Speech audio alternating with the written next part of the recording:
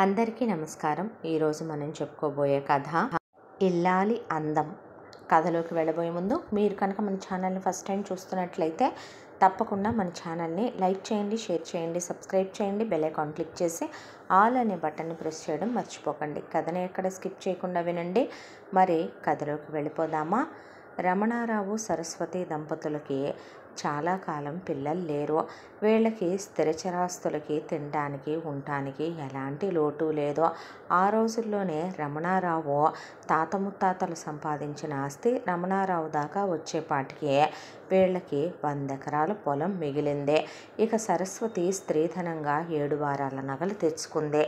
ఆవిడకి పుట్టింటి వాళ్ళు ఏ లోటు లేకుండా సకల లాంఛనాలు ఇచ్చి పంపించారు. ఒక్క కట్న కానుకల విషయంలోనే రొక్కంగా పొలంగా రమణారావు వాళ్ళు వద్దు అన్నారని పెట్టాల్సిందంతా బంగారం వెండి రూపంలోనే సరస్వతికి పెట్టి రమణారావుకి ఇచ్చి పెళ్లి చేశారు. రమణారావు తల్లిదండ్రులు అప్పటికే కాలం చేసేశారు. సరస్వతి రమణారావుదే అన్యోన్యమైన దాంపత్యం. అన్నీ ఉన్న వాళ్ళ జీవితాల్లో పిల్లలు లేకపోవటం పెద్ద లోటు. దాంతో చెయ్యని వ్రతం లేదు, పూజ లేదు, నోచని నోము లేదు, వెళ్ళని గుళ్ళు లేవు. ఇలా దేవుడికి మొక్కి మొక్కి మొక్కి పెళ్ళైన 10 సంవత్సరాలకి సరస్వతి నెల తప్పింది. నెల తప్పిన సరస్వతికి 9 నెలల తర్వాత కొడుకు పుట్టాడు. పార్థసారథి అని కొడుకు పేరు పెట్టుకున్నారు. ఆ తర్వాత ఇక సరస్వతికి మళ్ళీ పిల్లలు కలగలేదు. ఆ ఒక్క పార్థసారథే కొడుకు. దాంతో పుట్టిన ఒక్కడు వారసుడు పుట్టాడు, మంచిగా పెంచుకోవాలి, ప్రయోజకుడుగా పెంచుకోవాలి అనుకునేవాళ్ళు రమణారావు సరస్వతి. నిజానికి రమణారావు సరస్వతి దంపతులు ఇద్దరూ కూడా బాగా రంగు తక్కువ. దాంతో కొడుకు పార్థసారథి హైటు, వెయిటు, పర్సనాలిటీ అంతా బాగున్నప్పటికీ ఆయన కూడాను బాగా కలర్ తక్కువ. కానీ మనసు నిలువెత్తు బంగారం. మనిషి బంగారమే. మనుషులకి గౌరవం ఇవ్వటం, విలువ ఇవ్వటం, అంత ఆస్తి ఉన్న డౌన్ టు ఎర్త్ ఉండే పర్సన్. కాస్త కూడా అహంభావం, అహంకారం ఉండదు. తల్లిదండ్రులు ఎంత మంచివారో వారి పెంపకంలో పెరిగిన పార్థసారథి అంతకన్నా మంచివాడయ్యాడు. భగవంతుడి పట్ల భక్తి, పెద్దల ఎడల గౌరవం, పిన్నల ఎడల ఆదరణ కలిగి చాలా రెస్పెక్టబుల్గా ఉండే ధోరణే. చిన్నప్పటి నుంచి చదువు అంటే ప్రాణం. న్యాయం, ధర్మం, మంచే వహించాలన్నదే ఆయన పట్టుదల. దాంతోనే కష్టపడి చదువుకొని గవర్నమెంట్ ఉద్యోగం తెచ్చుకోవాలి. నాన్నగారికి ఏదో ఉంది, తాతగారు ఏదో ఇచ్చారో, అమ్మేదో తెచ్చిందే, ఇలాంటివి కాదు కావలసింది. మనమేంటనేది మనం ప్రూవ్ చేసుకోవాలనుకునే ఎక్కువగా పుస్తకాలు చదువుతూ ఉండేవాడు చిన్నప్పటి నుంచే. సరదాగా వాళ్ళ నాన్న వ్యవసాయం చేస్తుంటే వెళ్ళి వ్యవసాయం కూడా నేర్చుకున్నాడు ఆయన చిన్నప్పుడే. ఆ తర్వాత ఇంటర్ తర్వాత డిగ్రీ తర్వాత పీజీ చేసి ఎట్టకేలకి గవర్నమెంట్ ఉద్యోగానికి రాశాడు. ఆయన కావాలనుకున్న పోస్టు ఫస్ట్ అటెంప్ట్లోనే వచ్చేసింది. దాంతో ఆనందానికి అవధులు లేవు రమణారావుకి, సరస్వతికి. కొడుక్కి సిటీలో పోస్టింగ్ వచ్చింది. దాంతో కొడుకు ఇబ్బంది పడతాడేమో, ఇప్పటి వరకు మనం ఉన్నాం కాబట్టి మంచి చెడు సరే, మరి పిల్లాడికి పెళ్లి సంబంధం చూసి పెళ్లి చేయాలి అనే దాంతో ఉద్యోగానికనే ట్రైనింగ్కి వెళ్ళాడు పార్థసారథి. ఈలోపు ఒక సంబంధం చూద్దాం అని రమణారావు సరస్వతి కలిసి ఒక సంబంధం చూశారు. అమ్మాయి పేరు మల్లిక. చూడటానికి చాలా అందంగా ఉంది. కాకపోతే అధిక సంతానం కావటం చేత మల్లిక తల్లిదండ్రులు కట్న కానుకలు ఇచ్చుకోలేమని చెప్పారు.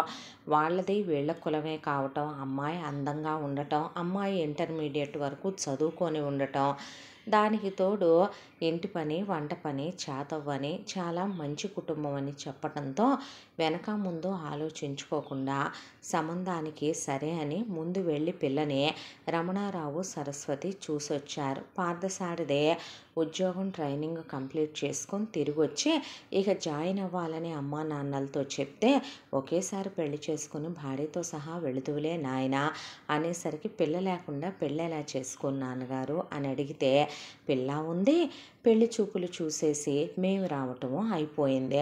నువ్వు కూడా ఒక్కసారి వచ్చి చూస్తే తాంబూలాలు మార్చుకుందామయ్యా. మేము వాళ్ళ కుటుంబం గురించి ఇలా అన్నీ కనుక్కున్నాము. అమ్మాయి వాళ్ళ దగ్గర మనం రూపాయి కట్న కానుకలు తీసుకోవట్లేదు. వాళ్ళు పెట్టగలిగిన స్థితిలో లేరు. ఒక్కగానొక్క కొడుకువే. నీ పెళ్ళి అంగరంగ వైభవంగా చెయ్యాలని, నా 7 వారాల నగలో కోడలు వేసుకుంటే చూడాలని ఉందయ్యా అని అమ్మా నాన్నలు అనేసరికి సరేనని పెళ్లి చూపులకి వెళ్ళారు పార్థసారథి వాళ్ళు. అయితే ఇక్కడ విశేషం ఏంటయ్యా అంటే, మల్లిక అంతకుముందు పార్థసారథి ఫోటో చూసిందే. పార్థసారథి నల్లగా, హైటు, వెయిట్, పర్సనాలిటీ ఉండి ఆయన బాగా స్టౌట్గా ఉన్నాడు. కాకపోతే పార్థసారథి మల్లికకి అస్సలు నచ్చలేదు. మల్లికకి విపరీతమైన అందగత్తెననే అహంకారం, పొగరు, గర్వం, విపరీతంగా తల పొగరు ఎక్కువ. మల్లిక ఏమని ఎక్స్పెక్ట్ చేసింది అంటే, ఒక అందగాడైనటువంటి మొగుణ్ణి కట్టుకోవాలి, ఆ చంద్రుల్లా ఉండాలి, ఇంద్రుల్లా ఉండాలి అనుకుందే. మల్లిక తల్లిదండ్రులు రూపాయి కట్న కానుకలు ఇచ్చుకోలేరు. 100 ఎకరాల పొలం ఉండి 7 వారాల నగలు పెట్టి బోల్డంత డబ్బులు బ్యాంకుల్లో మూలుగుతూ పెద్ద మండువాలోగిలి ఇల్లు ఇక్కడ ఉండి, దానికి తోడు వాళ్ళకి బోల్డన్ని ల్యాండ్లుండి, సరస్వతి వాళ్ళకి గేదెలు, ఆవులు, పాడి గీడి వాళ్ళది బాగా కలిగిన సంసారం. దానికి తోడు పార్థసారథి గురించి వెళ్ళి ఎంక్వైరీ చేసుకుంటే కడిగిన ముత్యమని, వజ్రమని తెలిసిందే. పీజీ దాకా చదువుకొని గవర్నమెంట్ ఉద్యోగం, లైఫ్ సెక్యూరిటీ జాబ్ ఉంది. అలాంటి అల్లుడు అసలు తమ కూతుర్ని చేసుకుంటాను అనటమే గొప్ప. పెళ్లి ఖర్చులు, ఎంగేజ్మెంట్ ఖర్చులు కూడా వద్దని కులం కలిసిందన్న కారణంతో కాస్త చూడటానికి పుటకబానే ఉంటుందని దీన్ని చేసుకుంటామన్నారు వాళ్ళని వాళ్ళెగిరి గంతేశారు. మల్లికేం ఊహించుకుంది, పార్థసారథి లాంటి ఒక అనాకారిని తను పెళ్లి చేసుకుంటే తను అందగత్తె కాబట్టి పెళ్లి చూపుల్లోనే తన్ని రెడీ చేస్తుంటే ఉవ్విళ్ళూరిపోయి తన కోసం ఎగిరెగిరి చూస్తాడు మొగుడు అనే దాంతో కావాలని తలుపు పక్క నుంచి 10 సార్లు నడిచెలుతో పట్టీలు మోగిచ్చినా ఆయన అసలు పట్టించుకోలేదు. వీడిని పెళ్లి చేసుకుంటే నా కాలి పట్టి మువ్వని చేసి ఆడిచ్చేయొచ్చు, కుక్కల్లే నా కొంగు పట్టుకొని తిరుగుతాడు, నా జడకి కుప్పెల్లా వేలాడతాడు, ఇక నేను చిక్కెంట్రుకలు దూసినట్టు వీడిని రోజు బాలేదని దూసిపోయొచ్చు, నేను అమ్మా నాన్న చెప్పినట్టుగా కారుల్లో తిరగొచ్చు, ఏసీ గదుల్లో ఉండొచ్చు, దర్జాగా సుఖభోగాలు అనుభవించవచ్చు అనుకుందే. అయితే పెళ్లి చూపుల్లోనే తను చూసి మైమరిచిపోతాడనుకున్న ఆయన మల్లికని తీసుకెళ్ళి కూర్చోబెడితే చాలా సాదాసీదాగా మల్లికని చూసి మీ అమ్మాయితో మాట్లాడాలి అంటే, మాట్లాడుకోండి బాబు అంటే, రహస్యాలేమీ లేదండి, నేను ఎదురుగానే అడుగుతాను, నేను మీకు నచ్చానా అని అడిగాడు మల్లికనే. అడిగేసరికి మల్లిక నచ్చారండి అని చెప్పింది. చెప్పిన తర్వాత నన్ను పెళ్లి చేసుకోవటం నీకు ఇష్టమేనా అని అడిగాడు. ఇష్టమే అని చెప్పింది. నా భార్య నా వరకు నాకు నా వెనక నడవాలనో నా ముందుండాలనో అనుకోను, నేను నాతో పాటు కలిసి నడవాలనుకుంటాను. జీవితంలో సుఖాలు, ఆస్తులు ఉండొచ్చు, ఉండకపోవచ్చు, కష్టం ప్రతి ఒక్కరి తలుపు తట్టే వెళ్ళొద్దంటారు. అలాంటి కష్టం వచ్చినప్పుడు కూడా నా భార్య నా చెయ్యి వదలకూడదు అనుకుంటాను నేను అంటే, మీరు చెప్పినట్టుగానే ఉంటానండి అని చెప్పింది మల్లిక. ఆ తర్వాత ఇద్దరికి నిశ్చితార్థం అయిపోయింది. ఆ తర్వాత పెళ్లి కూడా ఘనంగా జరిగిపోయింది. సరస్వతి తన ఆశ కొద్దీ కోడలికి 7 వారాల నగలిచ్చుకుంది. రమణారావు కొడుక్కి ఉద్యోగం వచ్చిన చోటే కొడుకు ఇక పద్దాకా మారే పని కూడా లేదు అని ఆయనకి తెలియటంతో చాలా పెద్ద జాగాలో కట్టేసి ఉన్నటువంటి ఒక పెద్ద బిల్డింగు కొడుకు కోసం కొనేసి కారు కొని వీళ్ళ మనుగుడుపులు 16 రోజుల పండగలు అయిపోగానే గృహప్రవేశ వేడుకలకు కూడా కార్డులు కొట్టించుకుందామనే ఏర్పాట్లో ఉన్నారు వాళ్ళు. శోభనం గదిలోకి పంపించారు మల్లికనే. పంపిస్తే శోభనం గదిలోకి వెళ్ళిన మల్లిక, నేను మీతో మాట్లాడొచ్చా అంది పార్థసారథిని. చెప్పు అన్నాడు ఆయన. అనేసరికి మల్లిక చెప్పడం మొదలుపెట్టింది. నువ్వు చూడ్డానికి అస్సలు బాగోవు, నల్లగా కారు మబ్బులాగా ఉంటావు, ఒక రకంగా చెప్పాలంటే అనాకారివి, అసహ్యంగా ఉంటావు, ఏదో కులం కలిసిందే అనే దాంతో ఇష్టం లేకపోయినా నీకు డబ్బులున్నాయని, గవర్నమెంట్ ఉద్యోగం ఉందని మా అమ్మా నాన్న చెప్పారని చేసుకోవటానికి ఒప్పుకున్నాను. అంత బాధపడుతూ ఎందుకు చేసుకున్నావు? నేను అడిగానుగా నిన్ను, పెళ్ళంటే నీకు ఇష్టమేనా, నన్ను చేసుకోవటం ఇష్టమేనా అని, అన్నిటికీ సరే అన్నావు. అవును, మరే నాకంతకుముందు వచ్చిన వచ్చిన సంబంధంలో పెళ్లి కొడుకులు చూడటానికి బాగున్నా కట్న కానుకలు అడిగారు. మా అమ్మ నాన్నకు అంతిచ్చుకునే బిసాదు లేదు. కానీ నీ దగ్గర దాకా వచ్చేపాటికి నువ్వు కట్న కానుకలు అడగలేదు. మీ అమ్మ నాన్నలకి ఒక్కడే కొడుకువి, ఆడపడుచులు తోడుకోడళ్ళ బాధ లేదు. మీ అమ్మ నాన్న పల్లెటూరులో ఉంటారు, మందెటు వేరు కాపురము. పైగా నేను ఏసీ గదుల్లో ఉండొచ్చు, నేను కారుల్లో తిరగొచ్చు. నువ్వు గవర్నమెంట్ ఉద్యోగస్తుడివి, నేను గవర్నమెంట్ ఉద్యోగస్తుడు పెళ్ళాన్నవుతాను. వెనక మీ నాన్నకు 100 ఎకరాలుంది, బోల్డంత క్యాష్ మూలుగుతుంది. మనకి సిటీలో సొంత ఇల్లు కొనిపెట్టాడు మీ నాన్న, కారు కొనిచ్చాడు నీ కోసం. మీ అమ్మ నాకు నగలిచ్చింది, బోల్డన్ని పట్టు చీరలు పెట్టింది. సంతోషంగా బ్రతకొచ్చు అనుకున్న వాళ్ళు ఎవరైనా జీవితంలో వచ్చిన అవకాశాన్ని వదిలేసుకుంటారా? అందుకే నిన్ను చేసుకున్నాను. కాకపోతే నీకు నీ బతుక్కి నీ పుటక్కి నువ్వున్న ఎంతోటి అందానికి నీకంత అహంకారం పొగరు ఏంటి?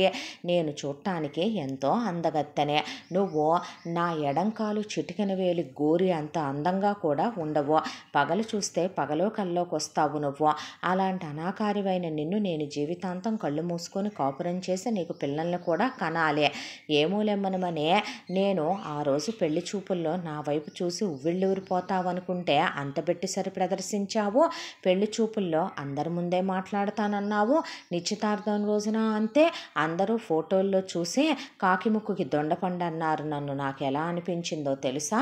నువ్వేమైనా అందగాడిని అనుకుంటున్నావా? అంత మిడిసిపాటు ఎందుకు? గవర్నమెంట్ ఉద్యోగాన్ని చూసుకునేనా అనేపాటికి ఆయనకి నవ్వు వచ్చే, నువ్వు అందగత్తెనని ఎలా అనుకుంటున్నావు నువ్వు అనేపాటికి చెంప మీద చెల్లున చరిచినట్టు అనిపించింది ఆ మాట. అంటే నేను అందగత్తెను కాదా? అందంగా మల్లెపువ్వులా ఉంటానని మా నాన్నమ్మ మల్లిక అని పెట్టింది నా పేరు.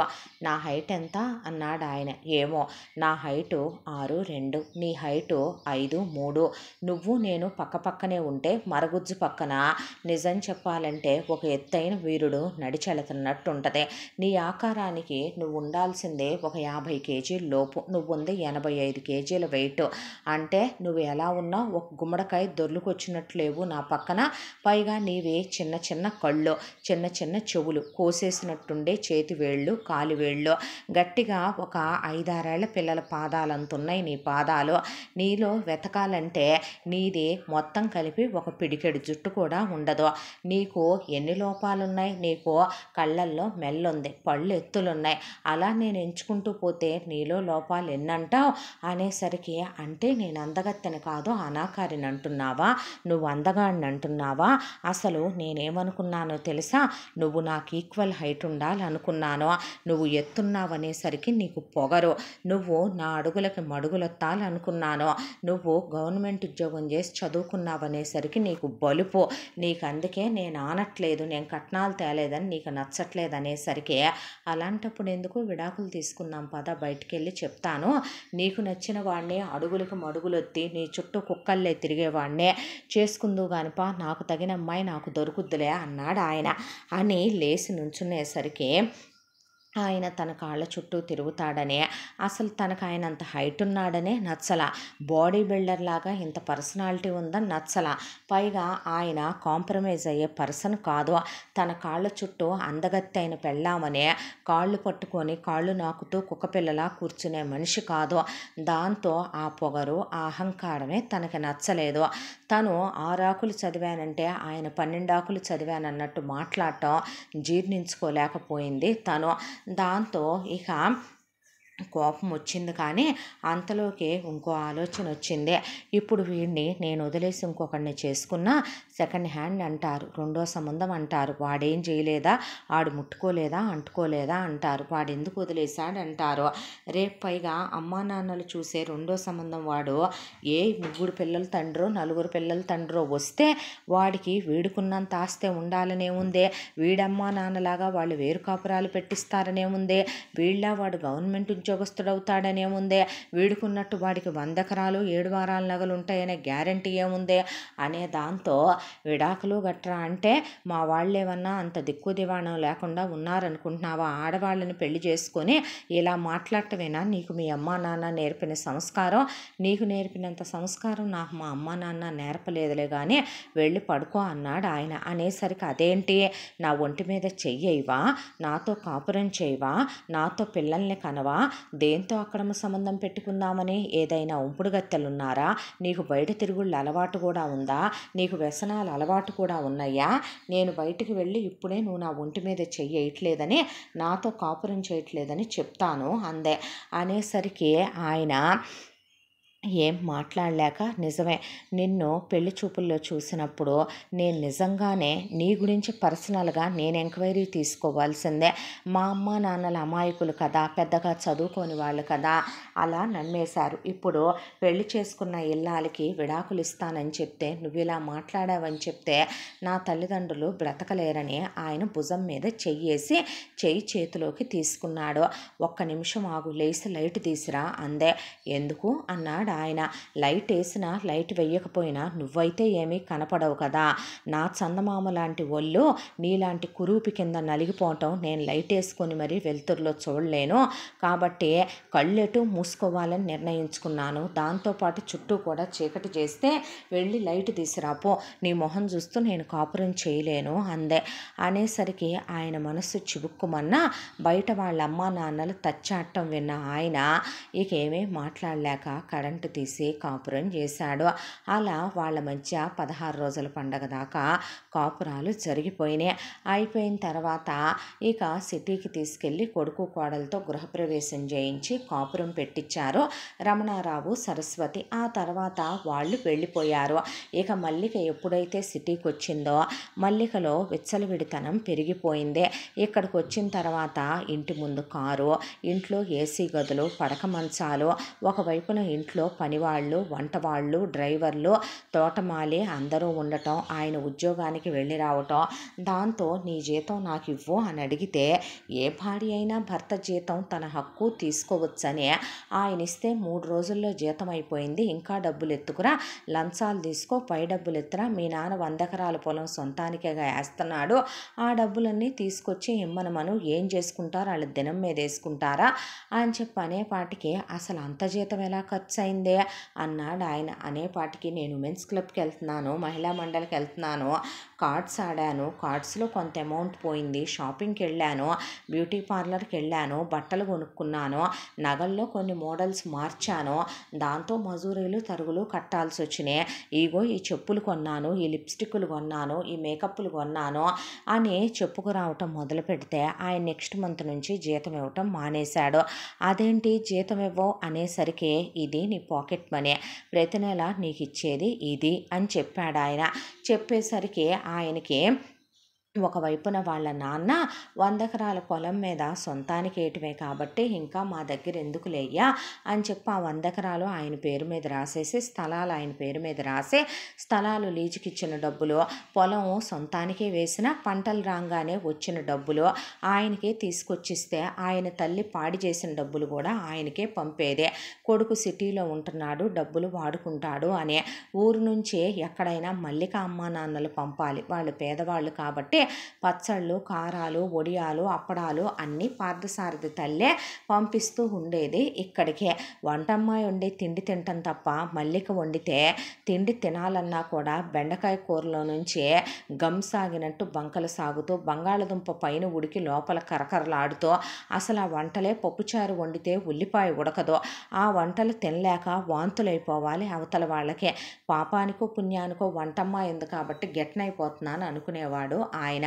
అంతా దాంట్లో కూడా మల్లిక ఇలా డబ్బులు ఇస్తావా సస్తావా, ఇస్తావా సస్తావా అంటే ఆయన నీకు ఇస్తానన్నంత వరకే నీకు ఇస్తానని మిగతా డబ్బులు ఆయన బీరువాలో పెట్టెళ్తే ఆయన్ని స్నానానికి వెళ్ళనిచ్చి తాళాలు కాజేసి అందులో నుంచి మెల్లగా తాళం తిప్పి సౌండ్ రానివ్వకుండా మెల్లమెల్లగా డబ్బులు తీసుకొని సైడ్ చేసుకునేది. అంతా దాంట్లో మల్లిక తన కోసం తను లగ్జరీగా ఖర్చు పెట్టుకుంటుంది కానీ డబ్బులంటే ప్రాణం తీసేసుకుంటుంది. మహా ఇష్టం నగలన్నా, డబ్బులన్నా, చీరలన్నా. ఆ రోజు మొదలుపెట్టి ఎంతెంతని డబ్బులు కాజేయటం, ఆ కాజేసిన డబ్బుల్ని ఒక అకౌంట్లో వేసుకుంటూ తన అకౌంట్ బ్యాలెన్స్ పెంచుకుంటూ చూసుకుంటూ ఆయన ఒకవైపున పాకెట్ మనీకి ఇచ్చిన డబ్బులు కాక మామగారు వచ్చినప్పుడు ఆయన్ని అడిగి తీసుకోవటం, అత్తగారు వచ్చినప్పుడు ఆవిడని అడిగి తీసుకోవటం, ఇలా డబ్బులు తీసుకొని మెల్లమెల్లగా ఆ డబ్బులు దాచుకొని తను వాడుకుంటూ ఉండేదే. ఇలా రోజులు గడుస్తూ మల్లిక ప్రెగ్నెంట్ అయిందే. ప్రెగ్నెంట్ అయ్యాక నేను నేను కడుపు ఉంచుకోనని, నాకు ఇప్పుడే పిల్లల్ని కనాలని లేదని, నాకు అందం తగ్గిపోద్దని, బిగుతులు తగ్గిపోతాయని, పిల్లల కంటే ఆడదే కురూపిలా తయారైపోద్దని గొడవ చేస్తే నీ ఇష్టం అనేసాడు ఆయన. అనేసేసరికి పార్థసారథి తల్లిదండ్రులు అదేంటమ్మా తొలిపురుడు అలా ఎలా తీయించుకుంటావు, వారసుడు పుడతాడేమో అంటే నాకు ఇష్టం లేదనేసరికి మల్లిక వాళ్ళ అమ్మా నాన్న వచ్చి మల్లిక చెంప చెళ్ళు మనిపించారు. ఇప్పటికే శృతి మించి పాకాన పడింది, నడమంత్రపు సిరి నరాన పుండని, నీకు పొయ్యే కాలం పుట్టిందని ఊళ్ళో వాళ్ళందరూ చెప్పుకుంటున్నారు. అసలు మన కొంపలో ఉన్నప్పుడు నూలు చీరకైనా గత్తుండేదంటే నీకు రోడ్డు మీద పేడంతా పోగేసుకొచ్చి అందులో బొగ్గులు కలిపి చిన్న చిన్న పేడ ముద్దలు చేసుకొని అమ్ముకునే బతుకు మందే. అలాంటిది డబ్బున్నోడు చేసుకున్నాడనే పాటికి ఒళ్ళు బలిసి బొడ్డుకు 2 బెత్తల కిందకి చీరగట్టడం, అరగంజా చీరలు, ఒళ్ళంతా ఆరేసి నెట్లు చీరలు, జుట్టంతా కత్తిరించుకోవటం, ఒకవైపున బ్యూటీ పార్లర్లకు వెళ్ళటం, నెయిల్ పాలిష్లు, లిప్స్టిక్లు, మేకప్లు, నువ్వు నీ అవతారం, స్లీవ్లెస్ బ్లౌజులు, హై హీల్స్ చెప్పులు, ఎదవేషాలు వేయబాకు. ఇప్పటికే నువ్వు చాలా పనికిమాల వేషాలు వేస్తున్నావని పేరెళ్ళిపోయావు. మీ అత్తామామతో సరిగ్గా సఖ్యంగా ఉండవని, అల్లుడితో సరిగ్గా ఉండలేదని నీ గురించి చాలా వచ్చినాయి. ఎదవేషాలు కనుక వేసావనుకో ఆ అబ్బాయి కడుపు మండితే విడాకులు ఇస్తాడు. ఆ అబ్బాయికి ఏమైంది, మగపిల్లాడు 10 పెళ్ళిళ్ళు అయినా చేసుకుంటాడు. నీ బతుకు మేమేం చేస్తామో తెలుసా? 5వ సంబంధం 6వ సంబంధం 70-80 ఏళ్ళు ఉన్న ముసలోడికి ఇచ్చి చేసి నిన్ను ఆడితో కాపురం చేయించాల్సి వస్తుంది, జాగ్రత్త అని చెప్పేపాటికి ఏంటి మీ ఎదవగోల, మూసుకొని ఆ కడుపు ఉంచుకోపోతే తలకాయ పగల కొడతాను నువ్వు ఇంట్లోంచి బయటికి వెళ్ళావంటే అని మల్లిక వాళ్ళ అమ్మా నాన్న వచ్చి అక్కడే కూర్చొని ఆ కడుపుని వాళ్ళు నిలబెట్టారు. ఆ తర్వాత మల్లికకి పుట్టింటి వాళ్ళు సీమంతం చేయలేరని సరస్వతి వద్దులే వదిన అని ఆవిడే 2 సీమంతాలు జరిపించి ఫోటోలు అవి దిగాక 9వ నెలకి మల్లికకి నొప్పులు వచ్చాయి. చాలా పెద్ద హాస్పిటల్కి తీసుకెళ్తే పిల్లాడు పుట్టాడు. పిల్లాడు పుట్టంగానే మల్లిక ఎక్కడన్నా డెలివరీలో కెవ్వుమని కేకేయటం వింటాం మనం. పిల్లాడి మొహం చూసి కెవ్వుమని కేకేసేపాటికి అదిరిపడి అందరూ లోపలికి వెళ్ళేపాటికి ఆ పిల్లాడు జిరాక్స్ ప్రింట్ తీసినట్టు పార్థసారథిలాగా ఉన్నాడు. అసలు పుట్టుమచ్చలతో సహా యాజ్ ఇట్ ఈజ్ ఆయనయే వచ్చినాయి. ఎంత బాగున్నాడో, అచ్చం ఆ పార్థుడిని చూసినట్టే ఉంది. బుద్ధులు మూట కడుతున్నాడు నా మనవడని పార్థసారథి వాళ్ళ అమ్మా నాన్న ఎత్తుకునేసరికి చీచి వీడు అసహ్యంగా ఉన్నాడు, ఎన్నాళ్ళు కళ్ళు మూసుకొని మీ అబ్బాయితో కాపురం చేస్తూ ఎలాగో నెట్టుకొచ్చాను, ఇప్పుడు కళ్ళు మూసుకొని వీడిని ముట్టుకోలేను, వీడికి నా ఒళ్ళో కూర్చుంటే నా ఒడి చెడిపోద్ది, వీడిని ఎత్తుకుంటే నా చంక చెడిపోద్ది, నేను వీడికి చనుబాలు ఇవ్వనమ్మా, వీడికి చనుబాలిస్తే నాకు లేనిపోయిన వ్యాధులు కూడా వస్తాయి అనే పాటికి కడుపు తరుక్కుపోయింది రమణారావుకి, సరస్వతికి. అంత నచ్చనప్పుడు ఎందుకు చేసుకున్నావమ్మా, ఆ మొగుడితోనే మీద చేయించుకొని కాదా కన్నావో, మా అబ్బాయికేగా పుట్టాడు, ఏ దారంట పోయేవాడుకో కనలేదుగా అనేపాటికి మల్లిక అమ్మా నాన్నలో పురుడైందని కూడా చూడకుండా మల్లిక చెంప చెళ్ళు అనిపించి నోరు మూసుకొని పిల్లాడికి పాలు ఇవ్వు, నేను చచ్చినా ఇవ్వనంటే ఇవ్వనని బిళ్ళలు మింగేసింది పాలు లేకుండా. దాంతో పోత పాలు పోసుకుంటూ పిల్లాడిని ఒకవైపున రమణారావు సరస్వతి ఆవిడని ఇక్కడ ఉంచి పిల్లాడిని నువ్వు చూసుకో సరస్వతి, నేనన్నా వెళ్ళి వ్యవసాయం దగ్గర ఉంటానని ఒకవైపున పాపం మల్లిక తల్లి సరస్వతి కలిసి పిల్లాడిని పెంచడం మొదలుపెట్టారు. ఎంత చెప్పినా పిల్లాడికి పాలు ఇవ్వనని వాదనలు, గొడవలు, ఘర్షణలో ఈ ఎంతకాలంలోనే మళ్ళీ వెంటనే పురుడంది రావాలి.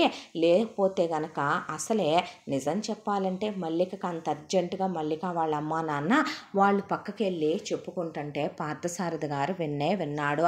ఇది వయసుకు వచ్చిన దగ్గర నుంచి దీనికి బాగా పెళ్లి పిచ్చి, మగ పిచ్చి, మద పిచ్చి ఎక్కి ఊళ్ళో ఉన్న మగాళ్ళందరూ ఇది కాస్త చూడటానికి రంగు పొంగు మీద ఉంటుంది కాబట్టి ఇది రోడ్ల మీద పేడెత్తుకొని వచ్చేటప్పుడు ప్రతి ఒక్కడు దీన్ని పలకరించటం, కన్ను కొట్టడం, కన్ను గీటటమే. ఇది ఎవడికి పడిపోద్దో, ఎవడికి లొంగిపోద్దో, ఎవడికి కాలు జారుద్దో, ఏ కడుపు తెచ్చుకుంటుందో అనే కళ్ళల్లో ఒత్తులేసుకొని పుట్టింట్లో ఉన్నన్నాళ్ళు కాపలా గాయాల్సి వచ్చింది. దానికి తోడు దీని ప్రవర్తన ఏమన్నా సరిగ్గా ఉందా, వాళ్ళకి లవ్ లెటర్లు రాయటం, వీళ్ళకి లవ్ లెటర్లు రాయటం, వెళ్ళి వాళ్ళతో గోళ్ళెమ్మట మాట్లాడటం, వీళ్ళతో చెట్ల పక్కన మాట్లాడటం, వాళ్ళతో గడ్డివాముల పక్కన మాట్లాడటం, వాళ్ళు ఇచ్చారని పూలు తెచ్చుకోవటం, వీళ్ళు ఇచ్చారని గ్రీటింగ్ కార్డులు తెచ్చుకోవటం, వాళ్ళు ఇచ్చారని డ్రెస్సులు తెచ్చుకోవటం, చేసుకోవటం, కుప్పిలు కొనిపెట్టాడు ఒకడు, గాజులు కొనిపెట్టాడు ఒకడు అని చెప్పేది. నాయన ఇవన్నీ తెలిస్తే దీనికి పెళ్ళవుద్దా అని పెళ్లి చేసి పంపిస్తే దీనికి ఎంత బలిసిపోయిందయ్యా, ఎంత మిత్త వచ్చినట్టు మిడిమేళంగా తయారైంది, ఇది ఒకళ్ళనో ఇద్దరినో కనిస్తే కానీ దీని పొగరు అణగదు అని వాళ్ళు పూలు పెట్టి వెళ్ళి కాపురం చేయిపో అల్లుడితో అంటే నేను చేయను అనేపాటికి దవడ పగలగొట్టి మళ్ళీ బాబు కొంచెం చూసుకోయ్యా అని చెప్పి వాళ్ళు పక్క తప్పుకున్నారు. ఆ తర్వాత మల్లిక చెయ్యేస్తావా ఏవా నువ్వు, చిరాకు పుడుతుంది నాకు, త్వరగా కానిచ్చేస్తే నేను అటు తిరిగి పడుకుంటా ఎదవగోల, మళ్ళీ కళ్ళ చుట్టూ డార్క్ సర్కిల్స్ ఒకటి ఎంతోటి కాపురానికి అనేసరికి ఆయనకి ఏ ఆడదే అలా మాట్లాడితే ఏ మగాడికి ఒక ఆడదాని మీద కాపురం చేయాలనే ఫీలింగ్స్ వస్తే బయట చూస్తే ఒకవైపున అమాయకులైన అత్తమామలు, ఏమీ తెలియని తల్లిదండ్రులు, నలిగిపోయిన ఆయన చెయ్యక తప్పలా కాపురం చేయక తప్పలా మల్లిక గర్భవతి అయ్యిందే. ఈసారి మళ్ళీ సీమంతాలు చేస్తే 10 నెలలు తిరిగాక మల్లికకి కూతురు పుట్టిందే. ఇక నా వల్ల కాదు కంఠమని అక్కడే ఆపరేషన్ చేయించేసుకుందే. కూతురు అచ్చం మల్లిక నోట్లో నుంచి ఊడిపడ్డట్టు పుట్టేపాటికే ఏమన్నా నచ్చేసిందంటే కూతురు మళ్ళీ తిరిగి తానే కూతురులా పుట్టింది కాబట్టి కొత్తగా పుట్టిందనే దాంతో నవ్య అని పెట్టింది కూతురు పేరు. ఆ తర్వాత ఇంటికి వచ్చారో లేదో అలా పిల్లని తీసుకొని ఆయన పిల్లని ఎత్తుకోబోతే చీచి నీ నల్ల రంగు, నీ చేతులకున్న మురికి రంగు పిల్లకంటి, పిల్ల మాసిపోద్ది, నా కూతురు అది, నువ్వు ముట్టుకోబాకు అనేసింది ఆయన్నే. ఎలా ఎత్తుకున్నాడో అలాగే దింపేసి ఉయ్యాల్లో పడుకోబెడితే ఉసే పాపిష్టిదానా నీ నోరు పడిపోనో, నీకేం పొయ్యే కాలం వచ్చిందే ముదరష్టపు దానా, పిల్లని తండ్రి ఎత్తుకోపోవటమేంటే పనికి మాలిందానా, ఆ అబ్బాయి చెయ్యకుండా ఎవడక్కన్నావే అని అడిగితే ఏం చెప్తావే ముదరష్టపదానా, ఏం మాట్లాయే, వాడితో నేనేమన్నా లైట్ వేసి కాపురం చేసి కన్నానా, వీళ్ళిద్దరినే లైట్ తీసి కళ్ళు కూడా గట్టిగా మూసుకొని కన్నానులే నేను అనేపాటికి ఓరి దేవుడో, ఓరి నాయనో, ఓరి తల్లో, ఈ మాటలేంది, ఈ కథ ఏంది అని వాళ్ళు ఆశ్చర్యపోతే మంచి కోడల్నే తెచ్చుకున్నాం, కొద్దిగా ఆలస్యమైనా మేము మా కొడుకు మా మాటకి విలువిస్తాడు కదా అని అమ్మా నాన్నల మాట వింటున్నాడని మేము ఎంత పెద్ద తప్పు చేశామో మీ అమ్మాయిని కోడలుగా చేసుకున్నాక బాగా తెలిసొచ్చిందండి మాకు అనేసారు రమణారావు. సరస్వతి సిగ్గుతో తలంచుకొని వాళ్ళు క్షమాపణ చెప్పుకోవాల్సి వచ్చింది కూతురికి బదులు. ఆ తర్వాత పిల్లాడు ఒక 2 ఏళ్ల పిల్లాడయ్యి పిల్లని చెల్లి అని చేత్తో పట్టుకున్నాడు అంతే. పిల్లాడు నల్లగున్నాడని, పిల్ల ఎర్రగుందని, పిల్లని పట్టుకుంటే పిల్ల మాసిపోద్దని, పిల్లాడికి ఏదో వ్యాధులుండయి పిల్లకి సోకుతాయి అన్నట్టు పసివాడిని పట్టుకొని తుక్కు కింద కొట్టేసింది మల్లిక. దాంతో పిల్లాడు అశోక్ కళ్ళు తిరిగి పడిపోయి గుడ్లు తేలేశాడు. హాస్పిటల్కి తీసుకెళ్లేపాటికి పిల్లాడిని అలా కొడతారా అండి అంత చిన్న బాబునే అనేపాటికి పార్థసారథి ఇంటికి వచ్చి మల్లిక మీద చెయ్యెత్తితే నువ్వు కొడితే తిప్పి నువ్వు చేత్తో కొడతావేమో, నేను చెప్పుతో కొట్టాల్సి వస్తుంది, జాగ్రత్త, నీలాంటి కురూపిని అనాకారిని పెళ్లి చేసుకోవటమే ఎక్కువ, నీ బతుక్కి నీతో నేను మీద చేయించుకొని కాపురం చేయటం ఇంకో ఎక్కువ, 2 పిల్లల్ని కంటం చాలా ఎక్కువ, మళ్ళీ నువ్వు నన్ను కొడతావేంటయ్యా, అసలు ఎందుకు కొడతావో, అయినా ఒక మాట అడుగుతాను, నిజమే కదా వాడు నా కొడుకంటే ఎవడైనా నమ్ముతాడా, నువ్వు దేంతో కని తీసుకొచ్చి నా పక్కలో పడుకోబెట్టావో అనుకుంటారు, కానీ అదే మాట ఇంకోలా నేను అడగగలను, నువ్వు ఎవరితో కన్నావో అని. ఆ మాట నేను అనలేనులే, ఎందుకంటే నా కొడుకు నా పోలికలో, నా కూతురు మాత్రం నా పోలికలోనే పుట్టింది కదా, నీ బతుక్కి నీ చేత నేను చెయ్యించుకోవటమే ఘనం, మళ్ళీ నువ్వు పెద్ద ఇదైపోవటం ఒకటే, ఆసుకం కూడా లేకుండా చేస్తే ఏమోలే కరువాసిపోయి కుక్కల్లే నా మీద పడి కోరిక తీర్చుకుంటున్నావని దయతలిచి వదిలేసేది కాక నిన్ను పెళ్లి చేసుకున్నందుకు ఇవన్నీ అనుభవిస్తున్నందుకు ఖరీదు కట్టి లెక్క కట్టి ఊరుకుంటున్నాననేసరికి అదిరిపోయారు అత్తామామలు అమ్మా నాన్నలు కూడా. నువ్వు వేసేలాగా నాకు ఖరీదు కట్టి సుఖాన్ని పంచగలవేమో, కానీ నేను విట్టుల్లాగా ఇవన్నీ ఇచ్చి నీ దగ్గర సుఖాన్ని తీసుకోలేనులే అని పిల్లాడిని ఎత్తుకొని ఈ రోజు నుంచి నేను ఫస్ట్ ఫ్లోర్లో వేరే బెడ్రూమ్లో ఉంటాను, ఇక నుంచి పిల్లాడికి ఒక కేర్ టేకర్ని ఆయాని నేను అపాయింట్ చేసుకుంటాను, నా ప్రపంచంలో నేనుంటాను, నీ ప్రపంచంలో నువ్వుండో, తాళి కట్టినందుకు నిన్ను పెళ్లి చేసుకున్న మహాపాపానికే నీకు కావలసింది చీరలు, నగలు, లగ్జరీలు, లావిష్ లైఫ్, కారుల్లో తిరగటం, ఏసీల్లో ఉండటం, నీకు కావలసింది నువ్వు కావాలనుకున్నంత డబ్బు నీకు ఇవ్వటం. అయ్యే నిన్ను పెళ్లి చేసుకున్న పాపానికి నువ్వు వేశ్యా వెలయాలని నిన్ను నువ్వు దిగజార్చుకున్నా నేను తాళి కట్టాను కాబట్టి పడేస్తాను నీకు. కానీ నువ్వు ఆ పై ఫ్లోర్లోకి నా గదిలోకి రాకూడదు. నా కొడుకుని నువ్వేమీ దగ్గరికి తీయక్కర్లేదు. వాడికి అమ్మ పోయిందనుకొని అమ్మా నాన్నల ప్రేమ నేనే ఇచ్చుకోగలను. నా కూతుర్ని నువ్వు తాకటానికి వీల్లేదు. నా కూతురుతో నువ్వు మాట్లాడటానికి, నా కూతురుతోనూ నువ్వు చనువుగా నాన్న అనిపించుకోవటానికి కూడా నేను ఒప్పుకోను. ఏదో నీ కన్నాను కాబట్టి, నీ ఇంటి పేరు వచ్చింది కాబట్టి నిన్ను పెళ్లి చేసుకొని ఈ తాళనే ఉరితాళిని నేను మోస్తున్నాను కాబట్టి దానికి నాన్న అనిపించుకునే ఇది నీకు కల్పిస్తున్నాను నేను. అంతేకాని నువ్వు నా కూతురుతో ఇదిగా ఉండకూడదు. నా కూతురు చదువు విషయంలో కానీ, నా కూతురు భవిష్యత్తు విషయంలో కానీ, దాని పెళ్లి విషయంలో కానీ నువ్వు నిర్ణయం తీసుకోకూడదు. నువ్వు నిర్ణయం తీసుకొని కలగ చేసుకున్నా నేను ఒప్పుకోను. నీ కొడుకు విషయంలో కలగ చేసుకోవాల్సిన అవసరం నాకు లేదు అనేసింది. ఆ తర్వాత నుంచే ఇక పెద్దవాళ్ళు చెప్పడానికి కూడా ఏమి లేకుండా పెళ్ళయ్యి తెగదెంపులైపోయిన దంపతుల్లా విడాకులు లీగల్గా తీసుకోకుండానే ఫస్ట్ ఫ్లోర్లో పార్థసారథి అశోక్ని పెట్టుకొని, ఇక గ్రౌండ్ ఫ్లోర్లో మల్లిక కూతురు నవ్యని పెట్టుకొని చెరుకు బెడ్రూమ్లు, చెరుకు ఫ్లోరు, చెరుకు ప్రపంచం అయిపోయారు. ఇంతటితో ఈ కథ మొదటి భాగం పూర్తి. ముగింపు భాగంతో మళ్ళీ కలుసుకుందాం. తప్పకుండా మన ఛానల్ని లైక్ చేయండి, షేర్ చేయండి, సబ్స్క్రైబ్ చేయండి, బెల్ ఐకాన్ క్లిక్ చేసి ఆల్ అనే బటన్ని ప్రెస్ చేయడం మర్చిపోకండి. ఇంత మంచి కథను మనకు అందించిన కథా రచయిత్రి జి యామిని శ్రీనివాస్ గారు. ముగింపు భాగంతో మళ్ళీ మీ ముందుకు వస్తాను. Thank you so much.